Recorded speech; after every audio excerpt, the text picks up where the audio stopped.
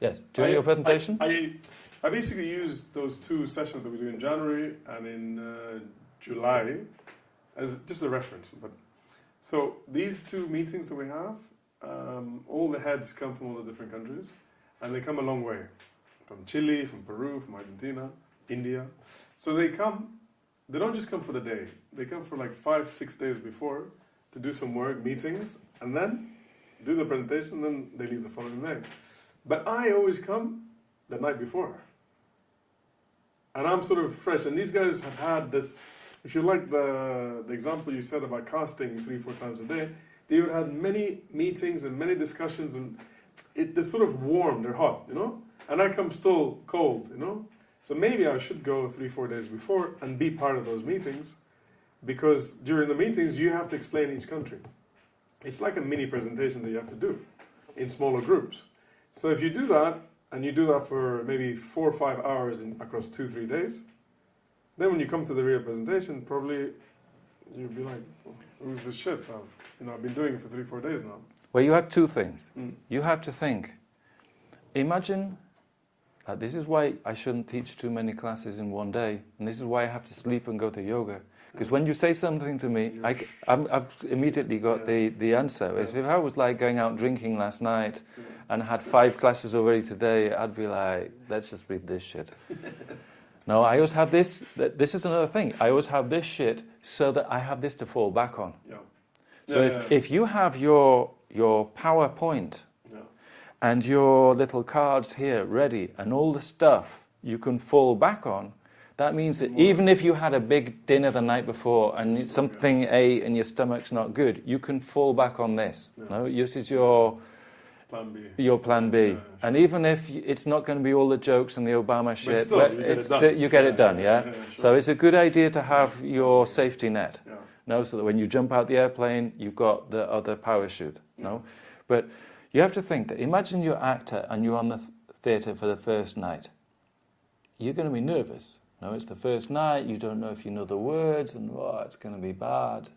But in the theatre, you see the people, no? You see the people, you see the reaction, but maybe they're not reacting, whatever. Yeah. So the first night is going to be difficult, and you're going to be nervous. So they practice yoga before, and they have a lot of rehearsal, so that they're hopefully ready, but they have to develop their personality and overcome their fears to be able to do this shit. Because yes. And every time the first. And some will take things to lower their blood pressure, like. Really? Yeah, like drugs and stuff. Really? Yes. They will Actually, one of the guys has a drink every time before he starts, and it makes it worse. I think it makes it worse. I like to drink, but I won't do that. No, I think it will just get too confusing for me. Yeah, that's another thing. People think, if I have a couple of drinks, then they're funny, but they remember what they're like when they were drinking. Yeah. Like, imagine you have to pass a driving test when you've had a few drinks. You're going to be much worse. No, worse. Yeah. So the second thing is, so that's the first night, so this is like your first night nerves. But the second thing is, if you've already done it a lot of times, it can become stale. So imagine you're the actor on the stage doing the same play in the same theatre for 2 years. No, it gets boring. It gets boring for you.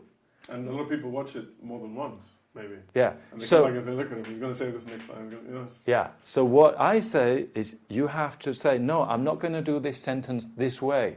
So every time we practice the reading or practice doing something, you can do it various different ways. And you haven't decided in advance which one you're going to do. You just follow the flow, and you can maybe change because of the circumstances. Yeah. So that means that the more technique you have, the easier it will be, because you can vary it each time. And all the techniques is not just because you come to see me. 50% is now, or more, is because you're looking at Bill Gates and these people and Obama, and you're analyzing what they're doing. Because I always say, to the people who have got problems with the accent, I always say, you need to listen to the TV, but you need to be analysing what they're doing. This sound, are they doing a contraction? Are they speaking more like this? Depending on the type of audience you have, you need to speak a different way. Yeah, sure. And you need to actively listen, and you're actively analysing these people. You're not just fall asleep listening to the video. Yeah, sure. No, for sure. Okay, so we're going to read this, and we're going to... Now, you've been speaking, and how do you think you've been speaking? I don't know, I think myself. I don't know. Yourself. Yeah. Yeah, yourself. And when you read, what do you think you do? Another person. Okay. Or Another English, person, in English, someone else. Someone else, yeah. Yeah. So what we have to do here is try and do this. We're going to do three things. We'll start off just like reading it, thinking about your things. Yeah.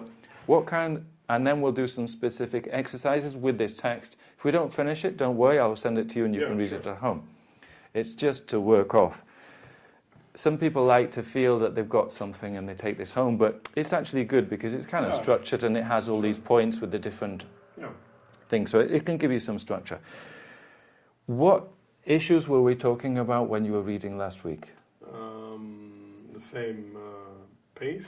So, pace. Do you remember we looked at the class, the class planning, we looked at this thing, exactly. The evaluation form, that's it. So, what type of things were we looking at that you could improve on? The pace needs to be varied, go up and down, slow, quicker.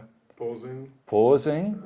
And that's related also to the chunking. So if you make pauses on the commas, full stops, you can be more dynamic on the things. Yeah. It's not just to go faster or slower, it's to be... Yeah, to get the message in a stronger way. There's a stronger message. That's it, the message. And then breathing. Breathing, yes. Relating to the people, I think it was. Relating to the people. Interest. Also varying the volumes. And that maybe... My problem is I've got a very loud voice.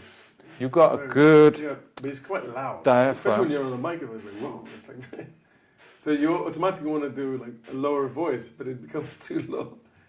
So, yeah. Anyway. If they have a technician there, he should be able to adjust it for you because... like... My father doesn't hear very well, but he hears me because I use all this. Yeah. My mother, she just speaks up here, so he doesn't hear the high notes. It's like on the speaker, no? You have the big speakers and then you have the little ones, and you have a good voice, but this is positive for you. Yeah, sure. Because you can fill a room. Yeah, it should be positive, yeah. What else? Body language? Body language. So you got your, not just like this, but you've got your hands and your whole body. A lot.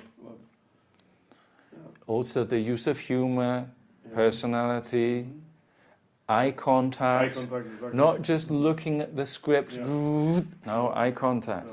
Did we do the sight reading where you get a phrase and then you give it? Yes. Maybe not the whole time, but some of it. But at least some of it.